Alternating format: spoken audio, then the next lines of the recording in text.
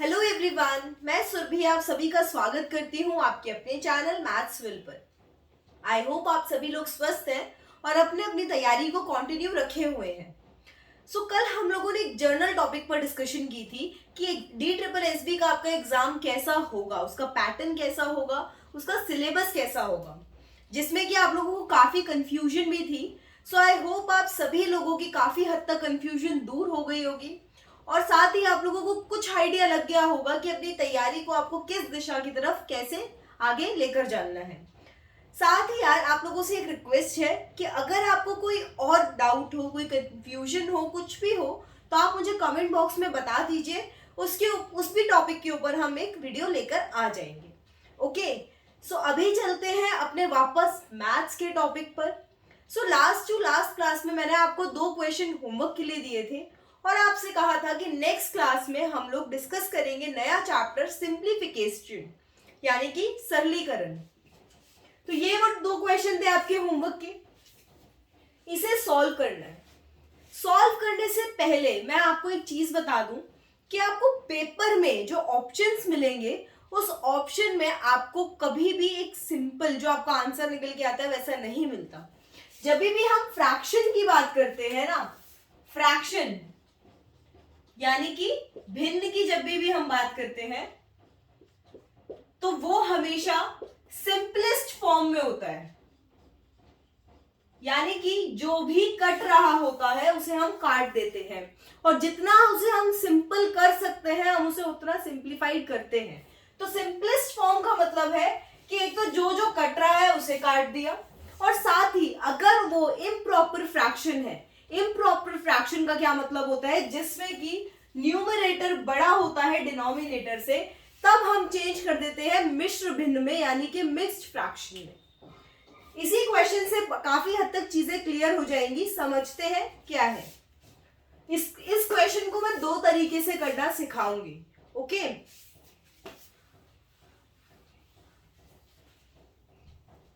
देखो ये आपका क्वेश्चन है, इसमें आप एक चीज देखो, आपको फिलहाल सबसे पहले तो ये बनाना है और आपको न्यूमरेटर से पहले डिनोमिनेटर देखना है कि डिनोमिनेटर आप कैसे आइडेंटिफाई करोगे। डिनोमिनेटर आप सीधा सीधा आइडेंटिफाई कर सकते हो कैसे, कितने नंबर्स पे बार है, 2 पे, तो हमारे 2 तो 9 आ जाएंगे, और दशमलव और बार के बीच में, डेसिमल और बार के बीच में कितने नंबर्स है, 1, तो 1 0 आ गया। अब बात करते हैं, अब बात आती है न्यूमरेटर की। तो न्यूमरेटर क्या है, वो कैसे निकालते थे, पहले ये पूरा number as it is 8172 minus जिस नंबर पे बार नहीं है, हमें अब हमें दशमलव से कोई मतलब नहीं है, जिस नंबर पे बार नहीं है वो 81, इसे आगे फर्दर सॉल्व करेंगे, यह आएगा 1, उसके बाद 908 अपॉन में 990। क्या आपको लगता है आपका जो ऑप्शन गिवन होगा उसमें कुछ ऐसा गिवन होगा? नहीं, इसे आप आगे फर्दर सॉल्व करेंगे। कैसे सॉल्व करेंगे, जो कट रहा है उसे काट दीजिए। देखिए यहीं पे आपका डिविजिबिलिटी रूल कैसे एप्लीकेबल है, यहाँ पे नीचे 2 9 है तो ये तो ऑफ कोर्स 9 से चले जाएंगे, ये तो 9 से कट जाएंगे।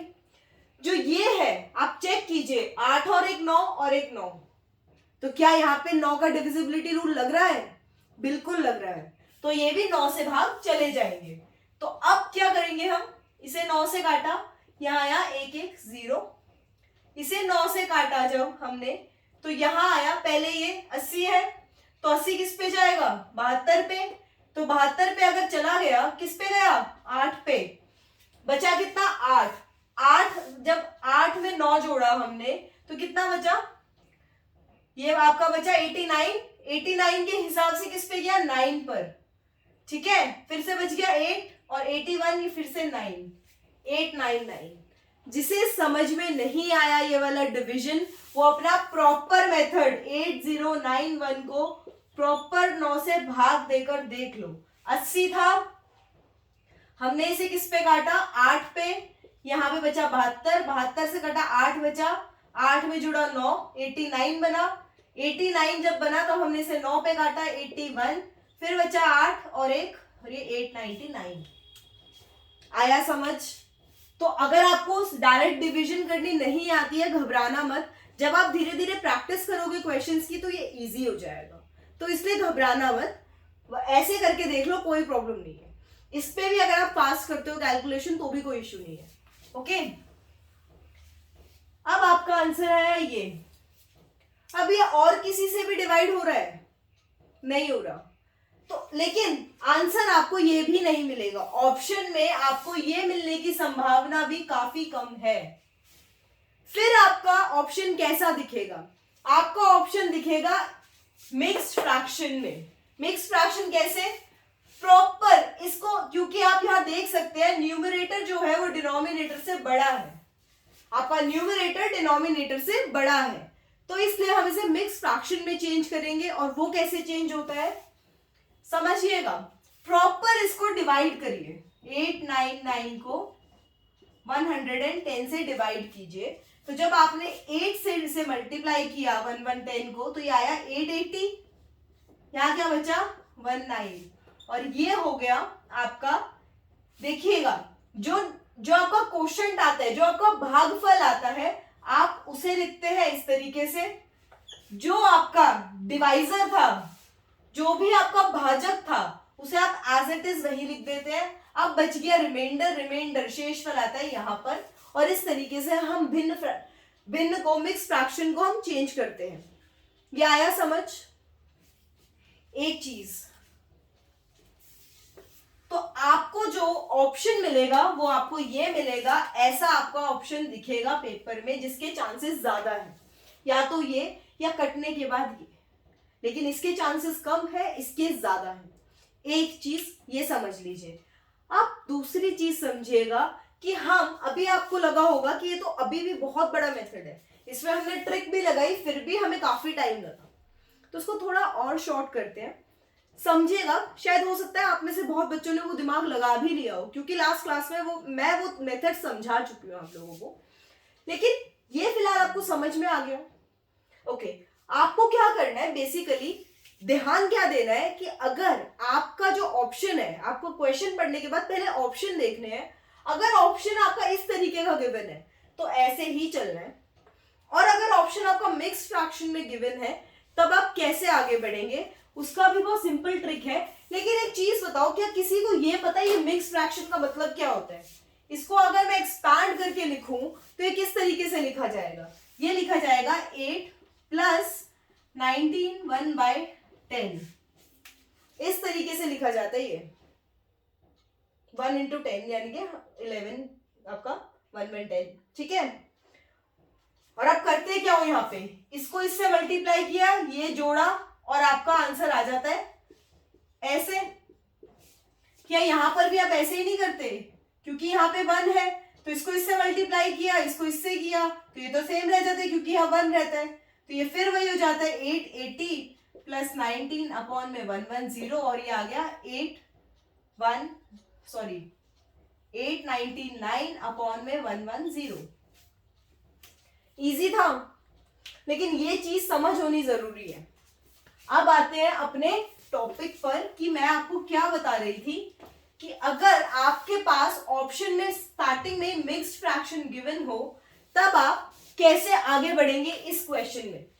तो उसमें तब आप कैसे आगे बढ़ेंगे, ये पहला मेथड था। दूसरा मेथड सिंपल है, क्या करेंगे आप इस 8 को इस तरीके से लिखेंगे, और अब आप इसको अलग सॉल्व करेंगे। ये तो आपके पास 8 एज इट इज पड़ा ही है, तो जब आपने इसको सॉल्व किया तो ये कुछ ऐसा बनेगा। नीचे तो 990 ही आएगा क्योंकि दो नंबर्स पे आपका बार है, तो 99, और एक डिजिट मौजूद है हमारे बीच में जो दशमलव और बार के बीच में है, तो 1 0।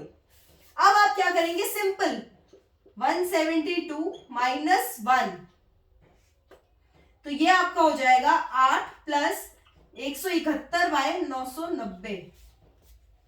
सॉल्व करके देखो इस 171/990 को चेक करो, ये भी 9 से डिविजिबल है, ये भी 9 से भाग चला जाएगा, 171 9 से भाग चला जाएगा, ठीक है। किस पे जाएगा? सीधा सीधा 19 पे। और ये किस पे जाएगा? 110 पे। क्या यहां पर ये जो वैल्यू है ये कुछ ऐसी ही आ गई? और ये अगर आप इसको बंद करके लिखेंगे तो ये यही तो बन जाएगा। आया समझ? ये दो चीजें मैंने आपको प्रॉपरली समझा दी ताकि आप एग्जाम पॉइंट ऑफ व्यू से कंफ्यूज ना हो। आप यहां जाएं और फिर इसको यहां लेकर आए, इससे अच्छा आप डायरेक्ट यहीं जाए। ये भी इंपॉर्टेंट था सीखना, इसलिए मैंने आपको ऐसा क्वेश्चन दिया था। तो अब आ जाते हैं इस क्वेश्चन पे। ये तो काफी आसान क्वेश्चन है।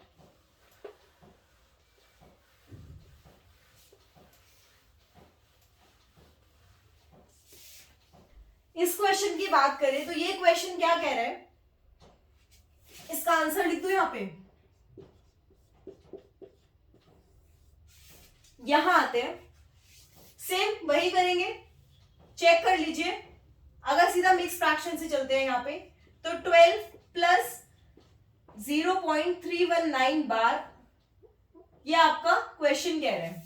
सिंपल इसको एक्सपैंड करके लिखा मैंने। अब जब मैंने ये लिख दिया तो अब हमें इस 12 से तो कोई काम है नहीं, सिर्फ इसी को सॉल्व कर ले। तो 12 एज इट इज, इसको यहां सॉल्व किया तो ये कैसे आएगा? एक नंबर पे बार है, सिर्फ एक नंबर पे, तो 1 9, ठीक है। उसके बाद दशमलव और बार के बीच में 2 नंबर है, तो यहां पे 2 0। अब उसके बाद क्या करेंगे? 319 माइनस 31, 319 माइनस 31। तो जब हमने इसे सॉल्व किया तो क्या मिला हमें? चेक कर लो प्रॉपर। 319 माइनस 31, ये आया 8, और यहां से जब ये 3 जाएंगे तो 288, यही आएगा।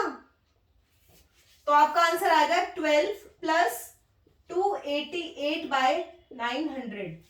अब फिर से चेक करो, क्या यहां पर 9 का डिविजिबिलिटी रूल लग रहा है? क्योंकि नीचे तो हमें पता है कि 9 से ही कटेगा। ये जो नंबर है ये 9 से ही कटेगा फिलहाल, सबसे पहले जो हमें दिख रहा है। ऑल्दो 110 से कटेगा लेकिन फिलहाल 9 से कटेगा। तो क्या ऊपर 9 का डिविजिबिलिटी रूल लग रहा है? 2 प्लस 8 कितना हुआ? 10, 10 प्लस 8 18, 18 9 से विभाज्य है। तो अब इसे काटेंगे तो क्या बनेगा हमारे पास? यहां बचेगा 100, इसको काटेंगे तो बचेगा 3 और 2 32, ठीक है। चाहो तो इसे फिर से और काट दो, तो ये आपका 4 से कटेगा 8, 4 से कटेगा 25, तो ये आपका आ गया 12 8 बटा में 25, और यही आपका आंसर है। यही आपका आंसर है। आया समझ? आसान था? कुछ दिक्कत, कोई परेशानी, कहीं कोई डाउट? आ गया समझ? ठीक है, तो यही आपका क्वेश्चन था और यही से आपका ये टॉपिक खत्म हो गया। अब बात करते हैं अपने नेक्स्ट टॉपिक सिंप्लीफिकेशन, यानी कि सरलीकरण की।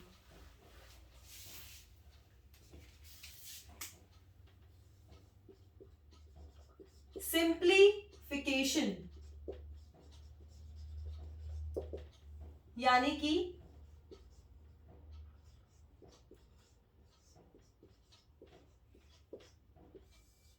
सरलीकरण। इसमें आप क्या क्या सीखेंगे, इसे समझना ज्यादा इंपॉर्टेंट है। इसमें आप क्या सीखेंगे? सबसे पहले जो अभी हमने बार वाले क्वेश्चंस किए ना, उनकी सीरीज को सॉल्व करना। जैसे कि अभी तक आप क्या कर रहे थे? अभी तक आप एक सिंगल, आपने अभी कुछ ऐसा सॉल्व किया, इसको बस भिन्न में चेंज किया। लेकिन अब अगर मैं आपको कुछ ऐसा दे दूं, अगर मैं आपको कुछ ऐसा दे दूं, तो ये अपने आप में एक रिगरस है, अपने आप में एक क्योटिक सिचुएशन है। तो इसी काम के लिए हम क्या करेंगे? अब हम इसे भी सॉल्व करना सीखेंगे, और ये सिंप्लीफिकेशन में ही आता है। तभी मैंने आपसे कहा था स्टार्टिंग में यही चैप्टर्स करवाए जाते हैं ताकि आपकी कैलकुलेशन आसान हो जाए, ताकि आपकी बेसिक सारे क्लियर हो जाए, ठीक है। एक तो इसमें ये आएगा, और साथ में आपकी आएगी सीरीज वाले जो क्वेश्चंस होते हैं, जो आपके नॉर्मल सीरीज ऐड करने की बात जहां करते हैं, उसी को हम सिंप्लीफिकेशन में काउंट करेंगे। अच्छा, उसमें ये वाली सीरीज भी आएंगी और नॉर्मल सीरीज भी। दूसरा आपका पहला आएगा सीरीज वाला, दूसरा आएगा आपका बॉड मास। बॉड मास ये हम अपनी पहली क्लास में कर चुके हैं। बॉड मास मैंने एक छोटा सा झलक आपको दिखा दिया था, लेकिन बॉड मास अपने आप में एक बहुत बड़ा टॉपिक है और उसे भी आपको समझना है, ठीक है, क्योंकि उसके क्वेश्चन प्रॉपर आते हैं, बहुत बड़े बड़े काफी ज्यादा अच्छे लेवल के क्वेश्चंस आते हैं। तो अब आपको समझ में आया, एक तो बार, एक प्रॉपर सीरीज, ठीक है, एक ये बार सीरीज होगी आपके पास जिसमें ऐड करना होगा एक ये वाली सीरीज और बॉड मास, ठीक है। तो अभी हम क्या करेंगे, अभी हम ये बार वाली सीरीज को करना शुरू करेंगे, क्योंकि इससे क्या होगा, अभी आपका ये वाला टॉपिक काफी फ्रेश है तो आप इसे जल्दी सीख जाएंगे और इसमें बहुत ज्यादा कुछ है भी नहीं, समझिएगा। मैं आपको एक क्वेश्चन देती हूं। पहला क्वेश्चन है,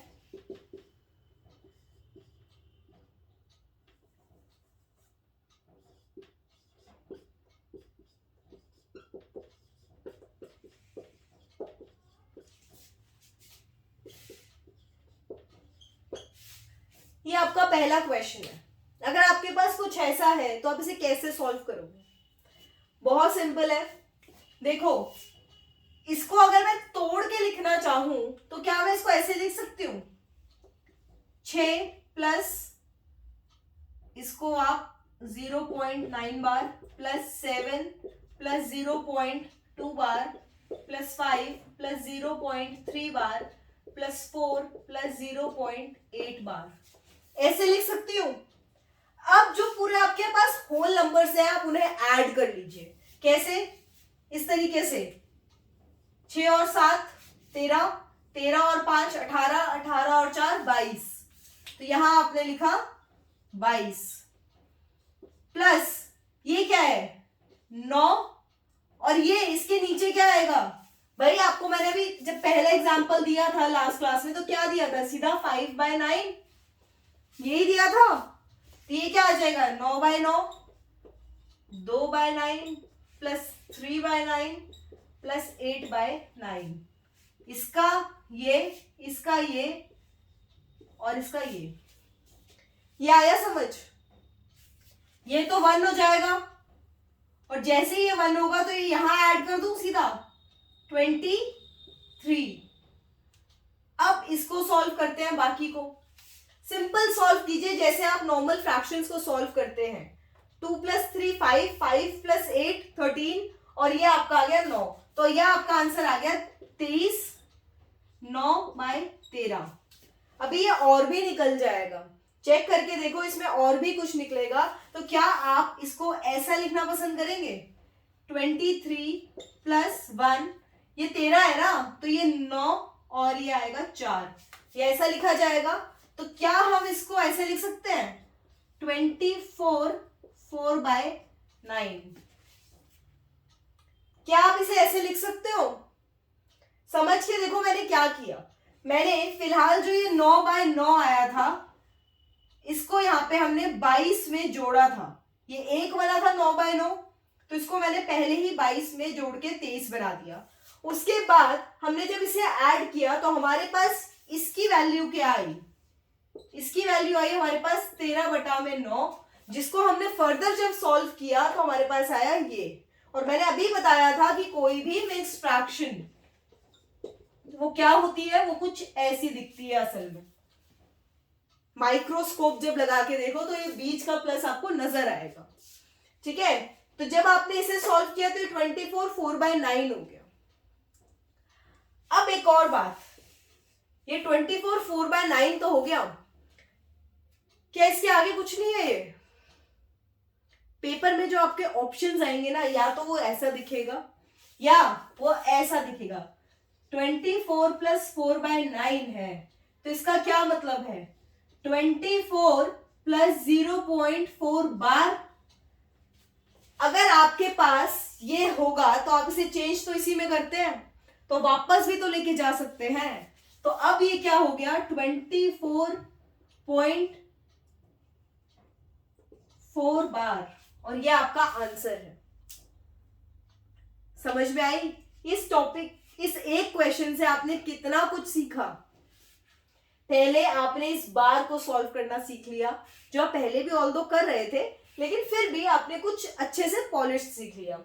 आपने यहां सॉल्व करना सीखा कि इसे कैसे सॉल्व करना है, जब मिक्स फ्रैक्शन और होल नंबर हो तब आप इन्हें कैसे ऐड करेंगे। साथ ही आपके पास जब मिक्स फ्रैक्शन में नंबर है तब आप इसे कैसे वापस बार में लेके जाएंगे। ये आ गया समझ?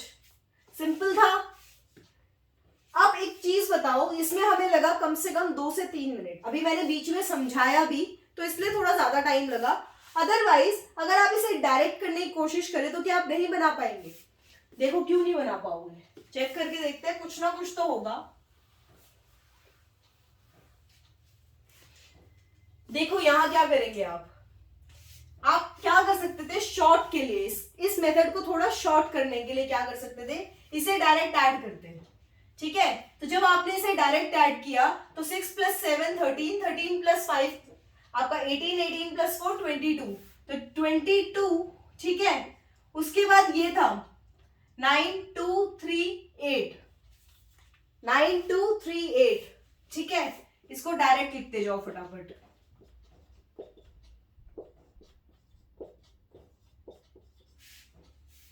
ये आपका डायरेक्ट जब आपने निकाला तो आपके पास क्या आया, इतने का आंसर तो 13 आया ही था, +9 कितना हो गया, +9 कितना हो गया 22 + 22/9।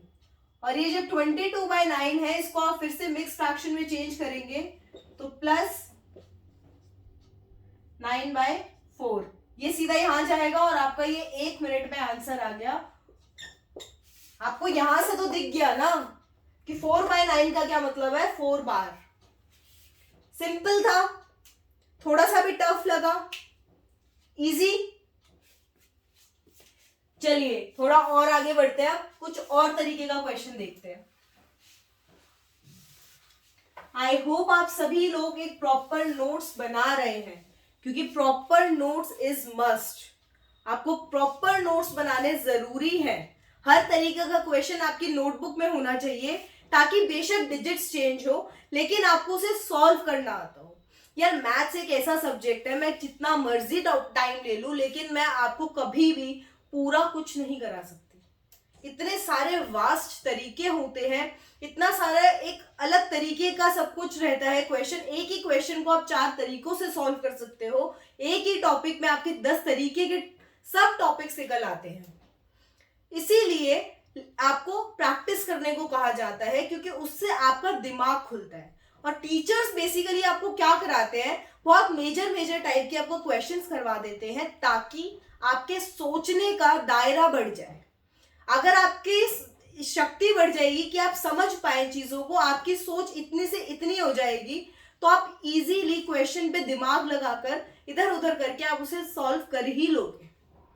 इसीलिए आपको मैथ्स के लिए हम लोग जोर देते हैं प्रैक्टिस पर, कि टीचर आपको जितना मर्जी करवा ले। आप चाहे जीएस ले लो, चाहे आप कोई और, आपके पास पेडागोजी है, आपके पास एसएसटी है, हिंदी है, मैथ्स है, सॉरी हिंदी है, इंग्लिश है, ये सारे ऐसे टॉपिक्स हैं, इनको अगर टीचर एक बार पढ़ाएगा आपको उसे याद करना है। लेकिन मैथ्स एक ऐसा टॉपिक है कि टीचर आपको कितना ही पढ़ा ले, आपको उसको प्रैक्टिस करना ही पड़ेगा अपने लेवल पर। आया समझ? तो चलिए दूसरा क्वेश्चन देखते हैं। दूसरा क्वेश्चन क्या कहता है, अब की बार हमने देखा कि यूनिफॉर्म था क्वेश्चन, यानी कि हर नंबर के साथ एक ही डिजिट पे बार था। अब अगर अलग अलग हो तब क्या करेंगे?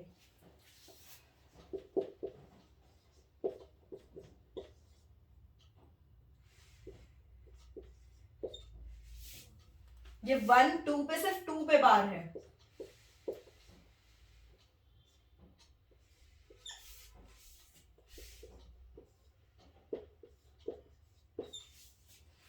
आपके पास ये एक टॉपिक है, आपके पास ये क्वेश्चन है। अब आपको इसे सॉल्व करना है। कैसे सॉल्व करोगे? भाई मैंने आपको बताया था, जब तक बार के साथ बार ना हो तब तक आप इसे ऐड और सब्ट्रैक्ट तो कर ही नहीं सकते। तो आपके पास क्या ऑप्शन है, आप इसे सीधा सिंप्लीफाइड फॉर्म में ले आओ। कैसे लेकर आओगे? अगर आप इसकी बात करो तो ये क्या बनेगा, 729 माइनस 7 अपॉन में 99, ऐसे ही बनेगा ना ये। इसके बाद यहां लेके आओ 812 माइनस 81 अपॉन में 90। देखना मैंने क्या किया है, जिन बच्चों ने लास्ट क्लास मिस की है वो भी अच्छे से समझ ले। क्या किया ये मैंने सिंपल जितने नंबर के ऊपर बार था उतने 9 लगा दिए, ठीक है। डेसिमल और बार के बीच में एक भी नंबर नहीं है तो यहाँ पे कोई जीरो नहीं आया। फिर हमने न्यूमरेटर के लिए क्या किया, पूरा नंबर एज इट इज लिखा और जिसके ऊपर बार नहीं है बस उसे माइनस कर दिया। यहाँ पे वही किया, जितने भी नंबर के ऊपर बार था उतने 9 और डेसिमल और आपके नंबर के बार के बीच में जितने डिजिट है उतने 0, ठीक है। उसके बाद एज इट इज पूरा नंबर माइनस जितने पे बार नहीं है उतना नंबर। नेक्स्ट,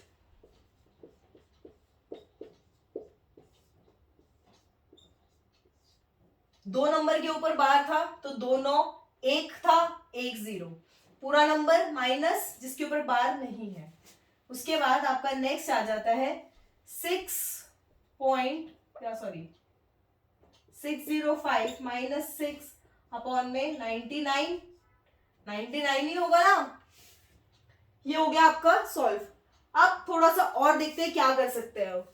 यहां देखो, इसको सॉल्व करते हो तो आपका यहां से आता है 722 अपॉन में 99। जब आपने इसे सॉल्व किया तो आपका क्या आया, 812 माइनस 81, 812 माइनस 81, तो ये बचा 1 और इसमें से 8 गए, बचा 72। तो 721 बाय 90 प्लस यहां कितना आया 3110 माइनस 31, ये 9 3079 अपॉन में 990। इसे सॉल्व किया तो ये आ गया 599 अपॉन में 99। इतना आया सॉल्व करके, इसे एक बार नोट कर लो।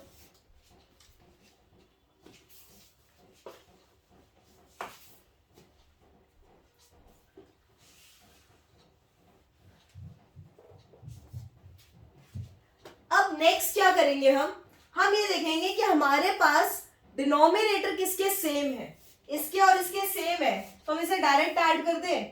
तो जब हमने 722 प्लस 599 किया तो क्या आया, हमने जब 722 प्लस 599 किया तो क्या आया, आपका आंसर आया और ये 1321। चेक कर लो, यही आ रहा है, ठीक है। उसके बाद 99 प्लस, अब इधर देखना इसमें क्या हो रहा है यार, इसके पास एक 9 कम है। वो 9 कैसे जुड़ेगा, जब हम इसे 11 से मल्टीप्लाई करेंगे। जब हम इसे 11 से मल्टीप्लाई करेंगे तो इसे भी करना पड़ेगा। और एक ट्रिक होती है 11 का मल्टीप्लीकेशन ट्रिक, वो मैं आपको अभी इस क्वेश्चन के बाद ही सिखाऊंगी, तो थोड़ा सा इत्मीनान रखिएगा। वैसे मैंने अपने चैनल की शॉर्ट्स पर भी ट्रिक डाल रखी है, वो चाहे तो आप वहां से भी उसे देख सकते हैं, लेकिन फिर भी यहाँ हम फिर से डिस्कस कर लेंगे। तो अगर हमने इसको 11 से मल्टीप्लाई किया सिर्फ इस पोर्शन को, तो यहाँ आ गया आपका 990 और यहाँ हो गया आपका 1397। जब आप इसे मल्टीप्लाई करेंगे तो आपका आंसर ये आएगा, बेशक कैलकुलेटर लेके सॉल्व करके देख लो। उसके बाद आ गया आपका 3079 अपॉन में 990। इतना आया समझ, इसे इसके बाद ये है आपका नेक्स्ट स्टेप। अब आप इसे डायरेक्ट सॉल्व कर सकते हो।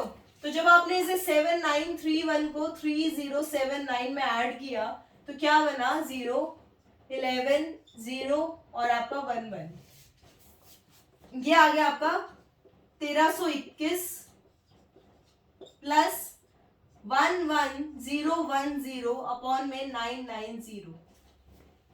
अब यहां पे मैं क्या करूं, यहां पे 1 0 और 1 0 कर दूं।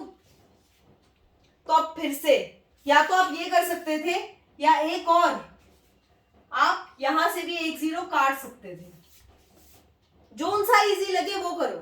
तो हमने फिलहाल ये किया, अब हम इसे फिर से ऐड कर देंगे आगे। तो नेक्स्ट हो जाएगा 2 2 4 4 और 2 9 ये आ गया आपके पास फाइनल आंसर। लेकिन आपको आंसर इसी फॉर्म में चाहिए, आपको आंसर इस बार वाली फॉर्म में ही चाहिए। तब आप क्या करोगे, अब आपको इसे फर्दर सॉल्व करना है। 2 4 2 2 को आपको फर्दर सॉल्व करना है। आप कैसे सॉल्व करोगे, 2 4 2 2 डिवाइडेड बाय 99।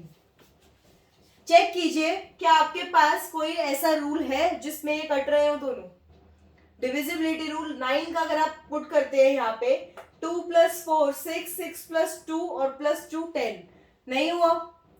3 से करके देख लो, क्या 3 पे जा रहा है, नहीं जा रहा।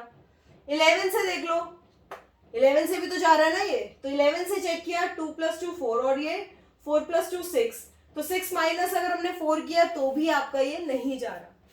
अब आप क्या करेंगे, या तो आपका आंसर आपको ऐसे ही गिवन होगा क्योंकि आगे फर्दर सॉल्व नहीं हो रहा है, या फिर आप इसे प्रॉपर आप इसको प्रॉपर डिवाइड करके देख सकते हैं। या एक चीज आपको क्या पता है कि अगर ये नीचे 99 है तो इसका मतलब क्या है, डेसिमल के बाद 2 नंबर पे बार है। ये पता है आप लोगों को, पता होगा, ठीक है। तो इसका मतलब ये तो आपको क्लियर हो गया कि डेसिमल के बाद 2 नंबर पे बार है। अब इसको वापस इस फॉर्म से यहां लेके आना है। कैसे लेकर आओगे, क्या मतलब है कि ये कुछ नंबर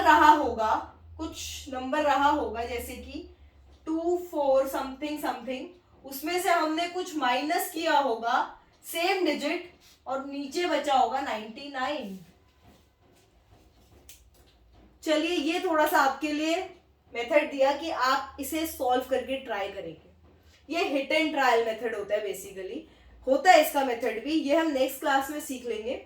लेकिन ये आप थोड़ा सा इस पे मेहनत करेंगे कि आपको ये तो पता है कि नीचे 99 है, इसका मतलब कुछ ऐसे फॉर्म में नंबर रहा होगा। 4 डिजिट का ये नंबर है तो यहाँ पे भी कुछ 4 डिजिट का नंबर तो रहा ही होगा। अब जरूरी नहीं है ये 25 भी हो सकता है, तो ऐसी कोई प्रॉब्लम नहीं है। लेकिन इसे आपके लिए होमवर्क है, आप इसे सॉल्व करेंगे और कमेंट सेक्शन में मुझे बताएंगे कि ये बड़ा नंबर क्या रहा था और यहाँ इसमें से क्या माइनस हुआ था। यह आप लोगों के लिए होमवर्क है। ओके, ये समझ में आया आज का टॉपिक। देखो आज की क्लास में बहुत ज्यादा कुछ नया नहीं सीखा हमने सिर्फ बार वाले क्वेश्चंस को ही सॉल्व किया है। कि जैसे हम अपने जो बार वाले क्वेश्चंस थे, अभी तक हम सिंगल आपका एक नंबर होता था उसे आप फ्रैक्शन में चेंज कर देते थे। आज हमने क्या सीखा, आज हमने उसकी प्रॉपर एक एक्सप्रेशन को सॉल्व करना सीखा, वापस बार में जाना सीखा। यहाँ पे जो ये क्वेश्चन मैंने आपको होमवर्क में दिया है, आप इसे सॉल्व करके लाएंगे 2 4 2 2 डिवाइडेड बाय 99। जब आप इसे सॉल्व करेंगे तो आपको समझ आएगा कि वापस बार में आप कैसे जाएंगे। आपने वो वाला बहुत इजीली कर लिया था 24 + 4/9, तब आपने 24/4 बार आराम से लिख लिया था। यहाँ क्या करेंगे ये आपको देखना है और आपके लिए कमेंट सेक्शन के लिए होमवर्क है। आप मुझे कमेंट सेक्शन में बताएंगे कि आपने कैसे किया। ओके, सो आज की क्लास को यहीं तक रखते हैं। कल हम बाकी तरीके की सीरीज पर वर्क करेंगे कि कैसे कैसे वो सीरीज सॉल्व होती है। यहाँ पे क्या होता है, सीरीज में मैक्सिमम जो सीरीज होती है उन पे कोई पर्टिकुलर पैटर्न नहीं लगता, हमें हर सीरीज को समझना पड़ता है। ठीक है, तो कोशिश करूंगी कि मैक्सिमम क्वेश्चंस आपके साथ शेयर कर सकूं, मैक्सिमम ट्रिक्स आपको बता सकूं सिंप्लीफिकेशन की। ओके, सो कल मिलेंगे, तब तक के लिए थैंक यू सो मच। और लगे रहिए अपनी तैयारियों में, अपनी तैयारी में गैप मत आने देना। टाइम लग रहा है कि नोटिफिकेशन नहीं आया है तो बहुत ज्यादा है, ऐसा कुछ नहीं है। मैंने कल ही सिलेबस डिस्कस किया है और बताया है कि सिलेबस आपके टाइम से बहुत ज्यादा है, तो बेटर है कि अपने टाइम को ना देखकर अपने सिलेबस को देखो, तो आपको तैयारी के लिए 1 साल भी कम लगेगा। ओके, सो तब तक आप लोग तैयारियों में लगे रहिए। कल मिलते हैं आपके साथ सिंप्लीफिकेशन की बाकी सीरीज वाले क्वेश्चन के साथ। Okay, thank you so much.